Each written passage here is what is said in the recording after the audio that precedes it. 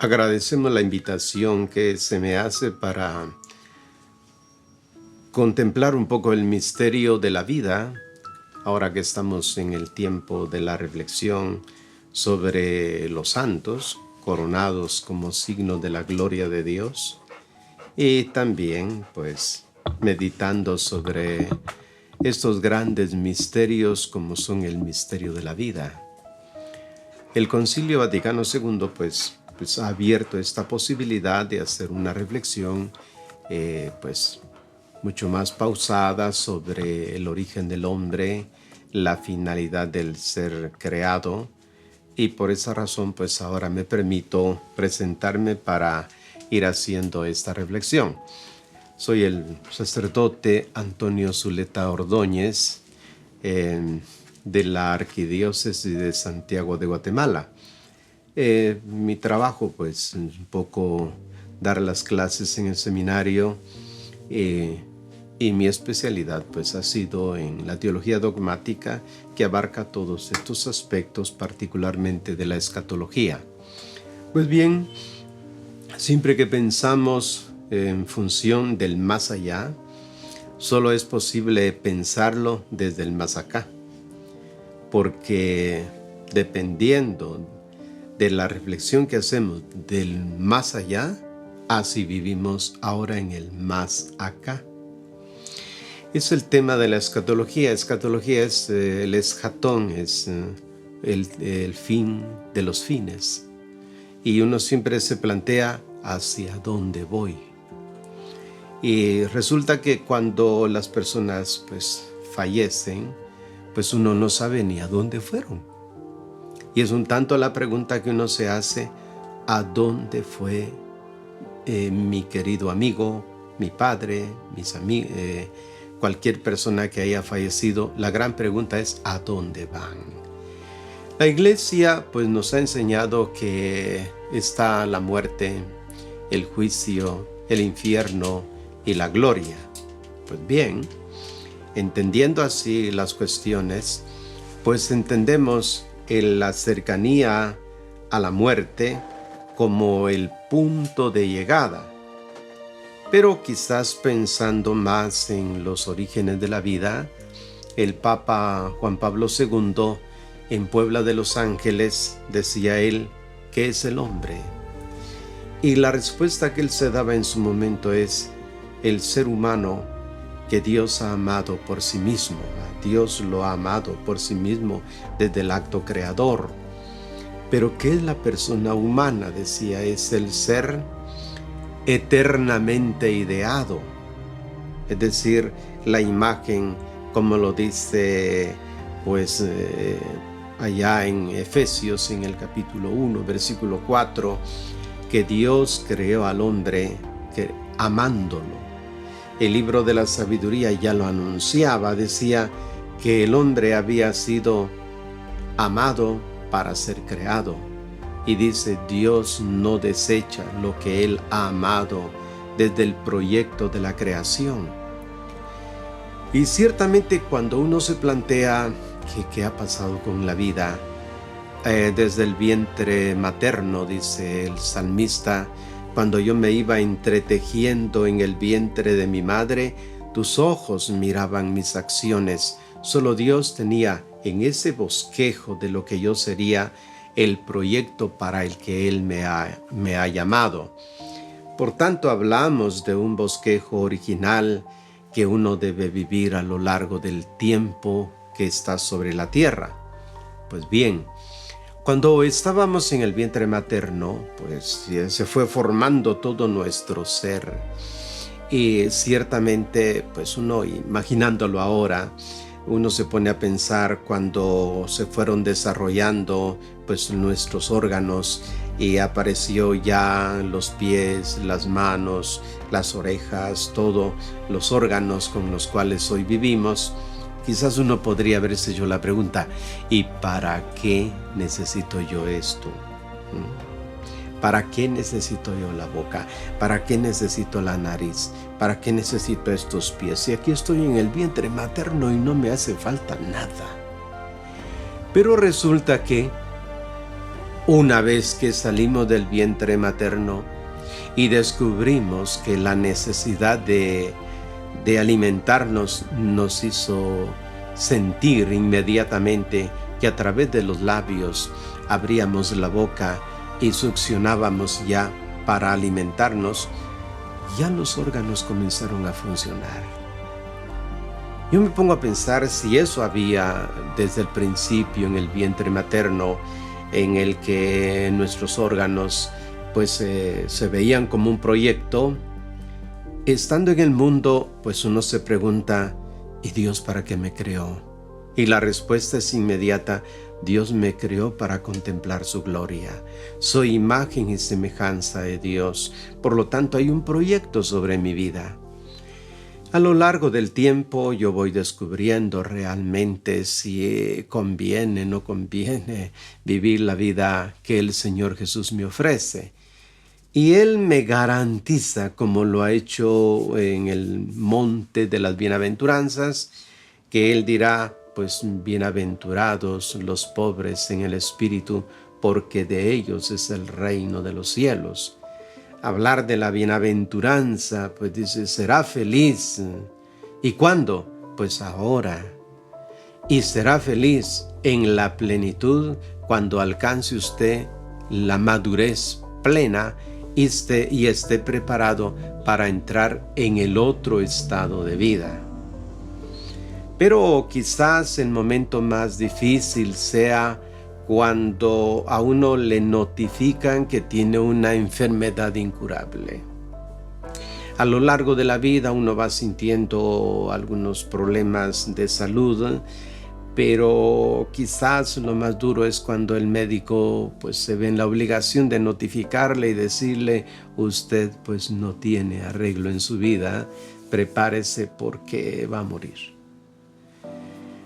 Entiendo en el caso de uno de los obispos aquí en Guatemala que cuando le notificaron de que el cáncer estaba muy avanzado y que ya no tenía ninguna solución, él dijo estas palabras: qué buena noticia me han dicho, porque resulta que yo a lo largo de mi vida me vine preparando para este momento, y qué bien que llega la hora en que yo debo presentarme ante Dios. Causó pues ciertamente escándalo entre los médicos porque no esperaban una reacción de estas. Por eso importa un poco, pues así a grosso modo, ir acercándonos en este fenómeno de la muerte, porque ciertamente uno va muriendo cada día, pero en particular cuando viene la noticia, generalmente pues es un choque emocional que a uno le notifiquen tal cosa. Y uno dice, bueno, ¿cómo será esto de la muerte? Y comienza uno después a un poco con un enojo, con la ira, ¿por qué tengo que morir? Pero ese ¿por qué tengo que morir? En el enojo viene un poco la reacción negativa ante el fenómeno de la muerte, pero cuando ya se ve que aquello pues no tiene arreglo, pues se va asumiendo de que en verdad hay que encontrarse con este momento final. Pero también es necesario pensar cómo lo asumió Jesucristo. Nuestro Señor Jesús también tuvo esta noticia, una noticia que Él sabía que esto iba a acontecer, pero Él sabía que su muerte para Él, según el Evangelio, según San Juan, era el momento de la glorificación. Claro, es el Hijo de Dios. Y cuando Él se enteró de esto, de que sus enemigos le tenían ya todo arreglado, uno de sus discípulos le había traicionado y que iba a la muerte, dice el Evangelio según San Juan, que cuando Él habló con los discípulos, Judas salió, era de noche, y entonces Él comenzó a decir, esta es la hora de la glorificación del Hijo del Hombre. El Hijo del Hombre va a ser glorificado. Pero él hablaba de su muerte y decía: cuando yo sea elevado en lo alto, atraeré hacia mí todas las gentes. Ciertamente este momento nosotros lo descubrimos ahora como el momento de la glorificación. Y por eso él pasa en ese momento a la aceptación de su propia muerte. En San Juan, el capítulo 18, él dirá: Padre, ha llegado la hora, ¿y qué diré? Líbrame de esta hora. No, dice Jesús, yo para esta hora he venido, para glorificarte mediante mi muerte. Y uno se da cuenta de que toda la pasión, muerte y resurrección gloriosa está enmarcada en esta plenitud de la vida. De modo que cuando ya ha pasado la muerte, su descenso al lugar de los muertos y luego su glorificación, pues entonces encontramos ya la finalidad donde se completó la imagen del hombre. Por eso San Pablo, escribiendo a los Colosenses en 1:15, nos dirá que Cristo es la imagen de Dios invisible. Es el camino del Hijo de Dios. Ahora, la pregunta está en el fondo: ¿hasta dónde yo he descubierto en la persona de Cristo este misterio? La Gaudium et Spes, un documento del Vaticano II, en el número 22, dirá que el misterio del hombre solo es aclarado a la luz del misterio del Verbo encarnado.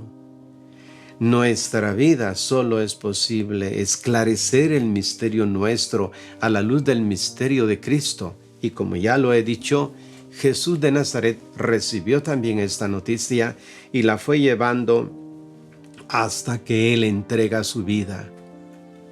Pero es aquí donde yo quisiera un poco reflexionar junto a Jesús cuando Él asistía a los duelos. Son varios los momentos en los que los evangelios nos van narrando los encuentros que ha tenido Jesús con personas que ya han muerto. Pensemos en el momento en el que Jesús va caminando y se encuentra entre la multitud una mujer que tiene flujo de sangre por muchos años y que necesita ser curada. En ese mismo instante, pues primero le ha hablado una persona, un centurión, le ha hablado de que su hija está muriendo y que necesita que él vaya para que la sane. El caso es que después de ese momento él llega hasta la casa de este personaje y es ahí donde la gente le dice: ¿y para qué viene el maestro si la niña ya ha muerto? Y como no creían en la persona de Cristo, Jesús manda pues que vengan solo los discípulos, los familiares y los demás que se retiren. Fue ahí donde le dice estas palabras a aquella niña: Talita cum, es decir, levántate y anda. Atendió Jesús en ese momento a la familia en su duelo, resucitando o devolviéndole la vida a aquella niña. Pero recordarán otro relato en el que la madre ha perdido a su hijo y lo llevan a sepultar, y dice que iban los que lo llevaban a enterrar y apareció Jesús y le dice: bajen el ataúd. Y como la madre lloraba, dice entonces Jesús le dijo al joven: a ti te mando, levántate. Y se levantó y lo entregó a su madre. ¿Cómo Jesús hace levantar a los difuntos para darle consuelo a los familiares? Pero quizás ahora vamos al ejemplo mucho más fuerte, que San Juan lo ubica como el último de los signos, y es la llamada resurrección de Lázaro. El relato pues está bien elaborado para mostrar la actitud de Jesús frente a la muerte de un amigo. Jesús está predicando, según el relato de Juan, y le mandan decir que su amigo Lázaro está enfermo. Y Jesús, en lugar de ir inmediatamente a ver al enfermo, se queda todavía predicando por aquel lugar y no llega sino hasta después de que ha muerto. Según el relato, lleva 4 días de enterrado. La primera pregunta que surge es ¿por qué Jesús no llegó inmediatamente? Y él ha dado la razón, dice que en realidad no ha llegado a la hora de la muerte, le dice a los discípulos, porque es para glorificar a Dios. Es decir, que la enfermedad con la que termina su vida Lázaro, dice, voy allá para despertarlo. Y entonces los discípulos dicen, quizás entonces no es que esté muerto, sino que está dormido. Es la primera afirmación que tiene el texto. Jesús no dice que haya, después le explica a los discípulos que en realidad ha muerto, pero el concepto que tienen los primeros cristianos es que la muerte es un dormirse en el Señor. Es la primera afirmación que encontramos en este evangelio. Luego después, cuando ya llegan a donde está el difunto, entonces Marta argumenta, es que ya lleva 4 días y ya apesta. Y dice Jesús, quiten la losa. Y al quitar la losa, entonces le da la palabra que lo levanta de entre los muertos. Y este es el momento importante porque Jesús, cuando da la orden, retiran la piedra, Jesús alza la vista al cielo y dice, te doy gracias, Padre, porque me has escuchado. Y yo sé que siempre me escuchas, pero lo he dicho por la gente que me rodea para que crean que tú me enviaste. Dicho esto, gritó con fuerte voz, Lázaro, sal fuera. Salió el muerto con los pies y las manos sujetos con vendas y el rostro envuelto en un sudario. Jesús le dijo, desátenlo para que pueda caminar. Muchos judíos que habían ido a visitar a María y vieron lo que hizo Jesús, creyeron en él. Hasta ahí tenemos el relato. Vamos a comentarlo de forma pues un poquito más lenta para ir captando el sentido de la vida, la acción de Jesús acompañando el duelo de la familia de Lázaro, Marta y María, que ya está sepultado, y luego ahora Jesús interviene acompañando este duelo, levantando a Lázaro de entre los muertos. Es pues nuestro cometido para ir explicando en qué consiste este levantarse de entre los muertos y cómo la familia pues también se levanta en su espiritualidad creyendo en la resurrección. Leíamos el Evangelio según San Juan para ir hacia las anotaciones necesarias para ver cómo Jesús se acerca con el dolor, porque Él asume el dolor de su amigo. Son amigos. Y la muerte provoca en Cristo el llanto. El texto bíblico dice, y Jesús lloró. Y la gente decía, se ve que tanto lo quería. Esa expresión pues nos hace observar a nosotros también cómo humanamente hablando, cuando alguien fallece, pues se nos escapan las lágrimas. Pero es ciertamente por el afecto, por el profundo amor que se le tiene a la persona, cómo surge el llanto, que es expresión pues humana de los sentimientos que nos hacen entrar en comunión con la persona que ha fallecido. Jesús no se queda en el llanto, no se queda llorando, sino que actúa. hemos oído las palabras de Jesús en el que ha dado órdenes. Y eso es lo que en el duelo también se da una palabra que tiene orden. Retiren la piedra.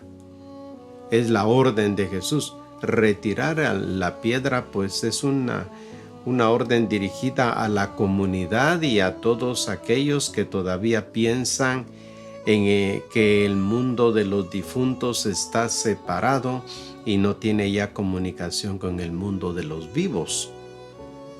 Pero quien cree en Jesús resucitado sabe que todos están vivos, aunque estén participando en dos formas diferentes de vida.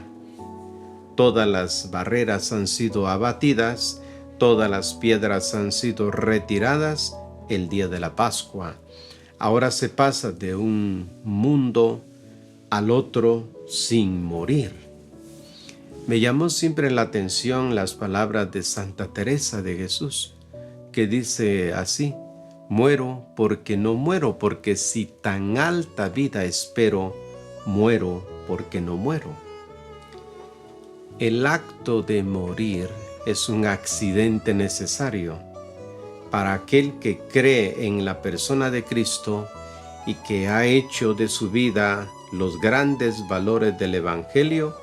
Tiene la certeza de que Cristo lo acompaña en el momento del morir. La dificultad está en cuanto que las personas que no han hecho este proceso de acercamiento a Cristo. Cristo insiste en que uno se convierta, es decir, que cambie de mentalidad, porque tiene su razón de ser en este momento crucial de la historia personal en el que uno, pues como dijo el texto, o se duerme en el Señor, que muere para el mundo, pero vive para Dios. Es el punto, diríamos, el puente entre este estado de vida y el mundo que está por venir. Las palabras de Jesús son importantes porque le dice a Lázaro: Lázaro, sal fuera. Es ciertamente el cumplimiento de su profecía. Él había dicho en el Evangelio según San Juan, en el capítulo 5, que los muertos, decía él, se acerca la hora en el que los muertos oirán la voz del Hijo de Dios. Pero se trataba de personas que, estando muertas a la gracia, pues oían las palabras de Jesús y comenzaban su proceso de cambio. Pero también dice ese mismo versículo en el capítulo 5 de que llega la hora en que los muertos, los que están en los sepulcros, oirán la voz del Hijo de Dios. Por eso es interesante como contemplar las acciones de Jesús.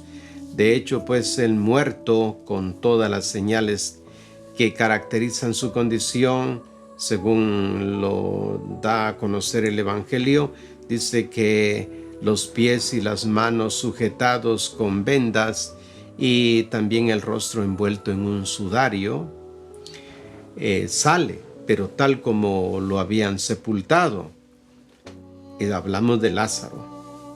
El muerto, dice Jesús, está atado y por eso da la orden: ustedes desátenlo para que pueda caminar. Es la orden de Jesús.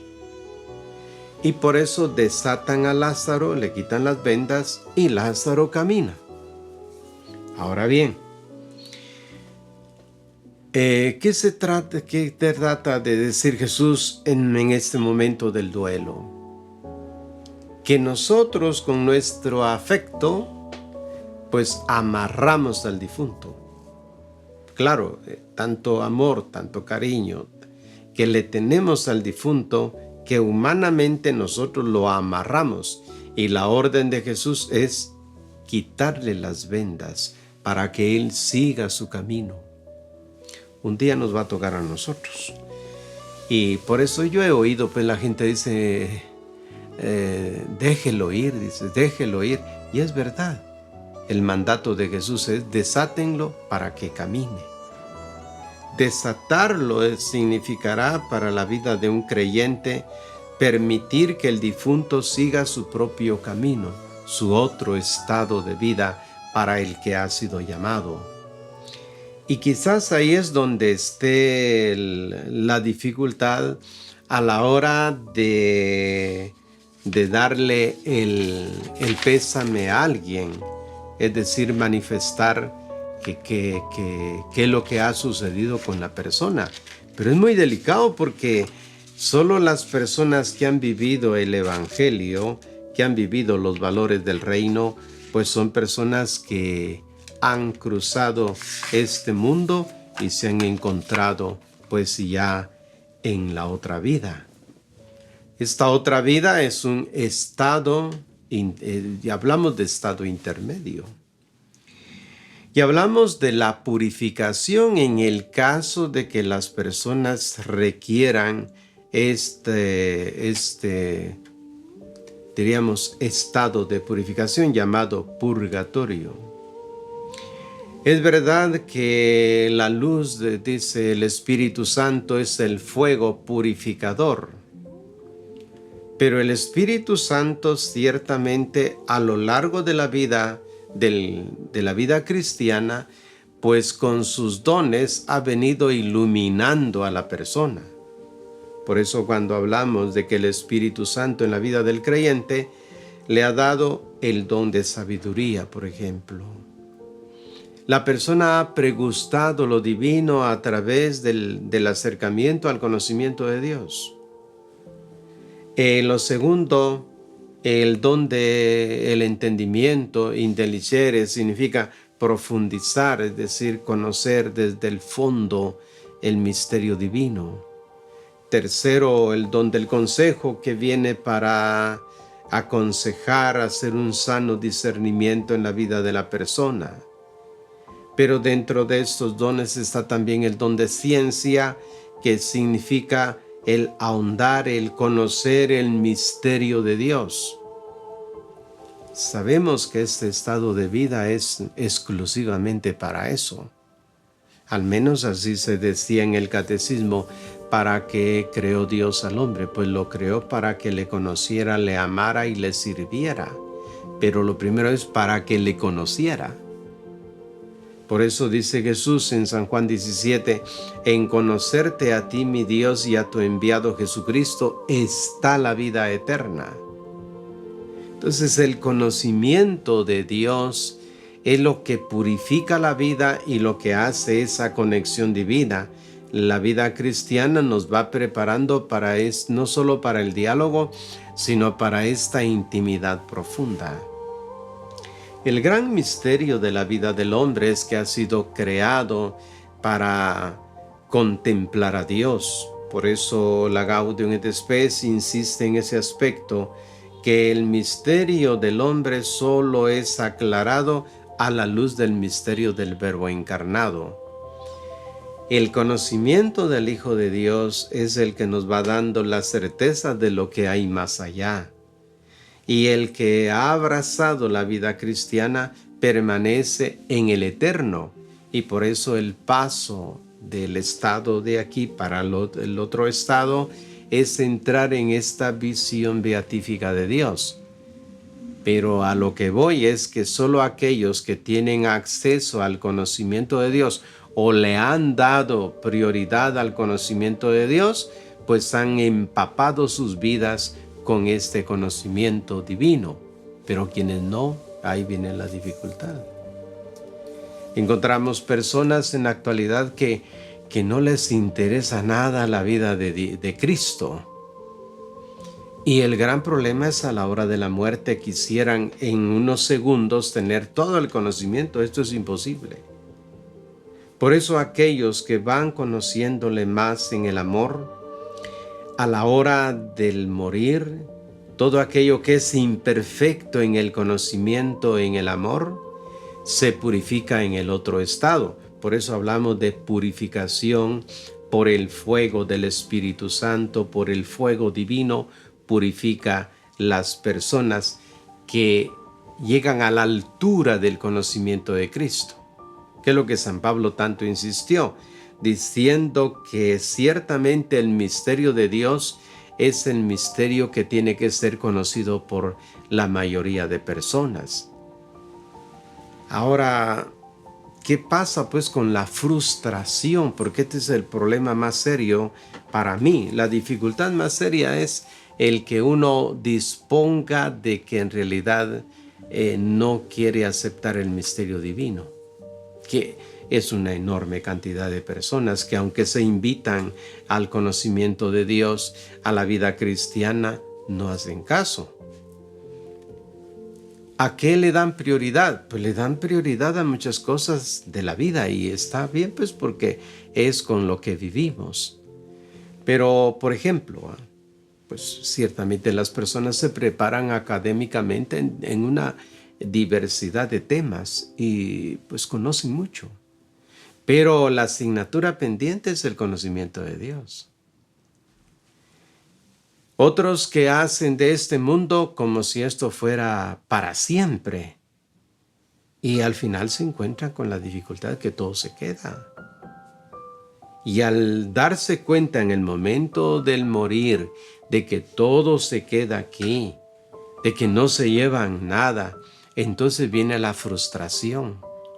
Y es lo que decía Jesús: ahí será el llanto y el rechinar de dientes, porque la persona apuntó mal, pensó que tener pues muchos bienes, mucho dinero, tener satisfacción humana le bastaba, pero el problema es encontrarse en el momento final donde las cosas pues pierden su valor, porque el verdadero valor está en el encuentro con Cristo. Por eso hablamos ciertamente del infierno. La palabra infierno pues es una palabra, decimos nosotros, performativa, es decir, que la va realizando la persona humana. Dios no quiere meter a nadie en el infierno, porque no ha sido objeto de la predicación de Cristo como para decir: yo vengo para salvar a unos y a otros mandarlos al infierno. No. El infierno, según las frases de Jesús, como Él lo planteó, habló de una gehenna que está a las orillas del Monte de los Olivos. Quienes han ido a Jerusalén se encontrarán que al otro lado de ese monte se encuentra la gehenna, que es un lugar, dicen, aquel tiempo en el que tiraban la basura, animales muertos, para que permanecieran ardiendo. El mensaje es eso: todo lo que nos sirve va a parar hasta el fondo. Ese es el mensaje. La frustración total de la persona al terminar su vida y decir: tu vida no sirve para nada, vas a terminar apartado de Dios. Por eso se le llama frustración, y se le ha dicho pues que se trata de un infierno, y se ha, diríamos, tipificado como un fuego ardiente, para indicar pues que en realidad eso quema el bochorno de haber tenido la oportunidad en este mundo y no haber alcanzado la meta. Pero para aquellos, diríamos, tanto los que mueren en estado de gracia como los que están en el purgatorio, pasarán a la comunión de los santos. Y esta comunión de los santos está entendida ciertamente a la luz del misterio de Cristo, que su gloriosa resurrección es la participación también de aquellos que han muerto en Cristo y han sido glorificados en Él.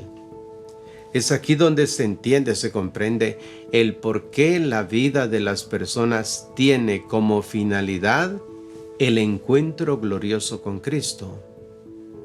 De tal manera que si yo fui creado para ser imagen y semejanza de Dios, la muerte me permite a mí alcanzar ese grado último de la perfección y esperar la gloriosa resurrección, en la que, al igual que Cristo fue levantado de entre los muertos a la voz de la palabra de Cristo, como lo hizo con Lázaro, lo hará con todos los difuntos.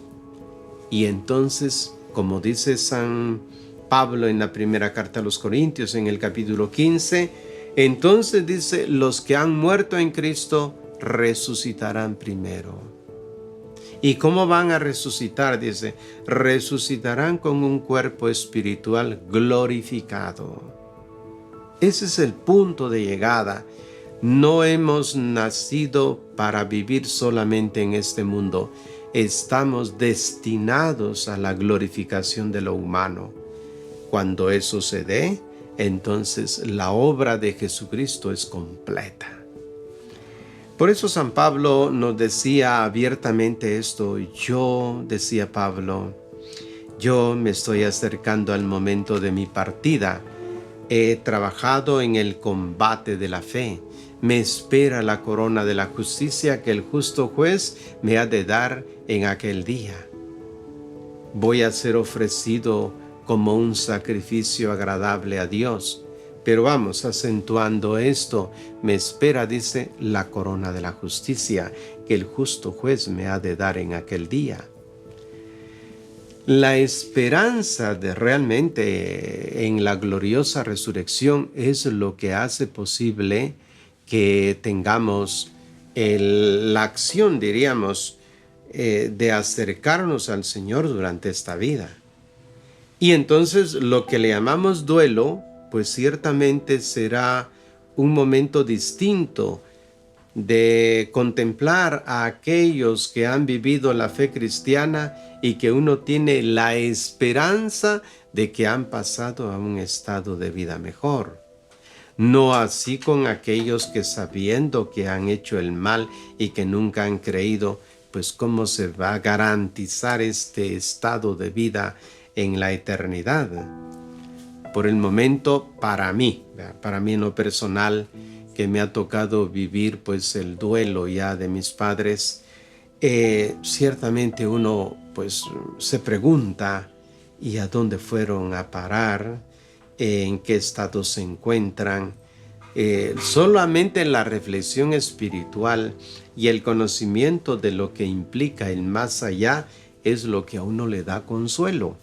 Por esa razón se pide a los cristianos que ahondemos en este espíritu de la llamada escatología, lo que está en el más allá.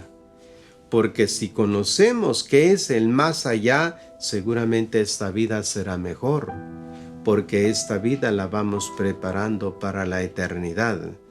Así que, como dice San Pablo, consolémonos con estas palabras, porque los que mueren en el Señor pertenecen a la vida eterna con Él. Y vamos nosotros trabajando para alcanzar esa alta estatura de Cristo y a la hora del morir que tengamos pues esa madurez en Cristo. Acompañemos siempre comprendiendo el estado de la muerte de las personas.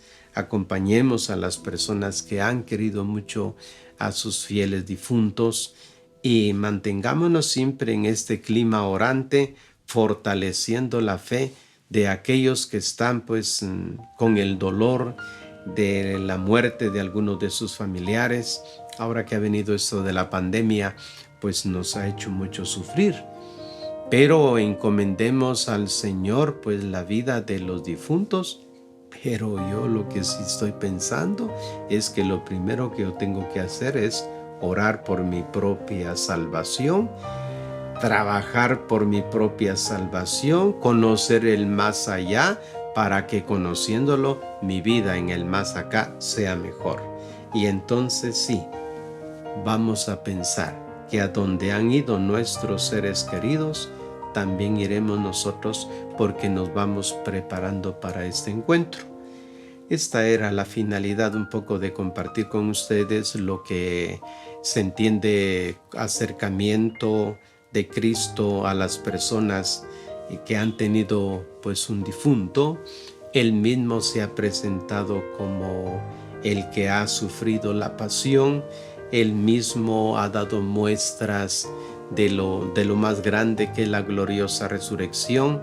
y nos enseña a nosotros a participar, acompañando a las personas que viven en esas situaciones de dolor, dándoles esperanza porque hay un más allá.